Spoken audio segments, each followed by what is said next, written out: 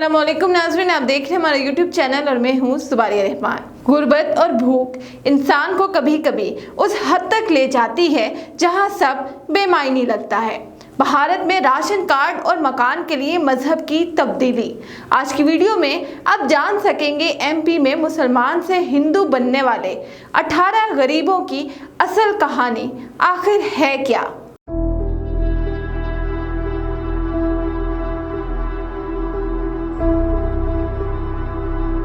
भारतीय रियासत मध्य प्रदेश के रतलाम जिला का अंबा गांव, हाल ही में वहां 18 मुसलमानों ने मिलकर हिंदू मजहब इख्तियार किया।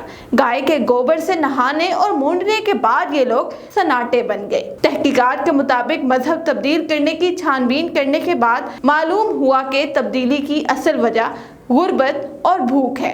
को मकान है, राशन कार्ड होना, किसी के पास आधार कार्ड है, किसी बच्चों का आधार कार्ड भी नहीं, राशन कार्ड भी नहीं। अंबा पंचायत रतलाम हाईवे से 30 किलोमीटर दूर है।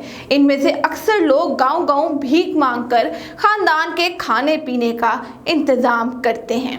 बरसों से ये लोग इस गांव में डेरे डाले हुए हैं, मगर भारत में सरजद होने वाले हालिया हिंदू मुस्लिम फसादात के बाइस अब इन अफराद का भीख पर गुजारा करना भी नामुमकिन होने लगा।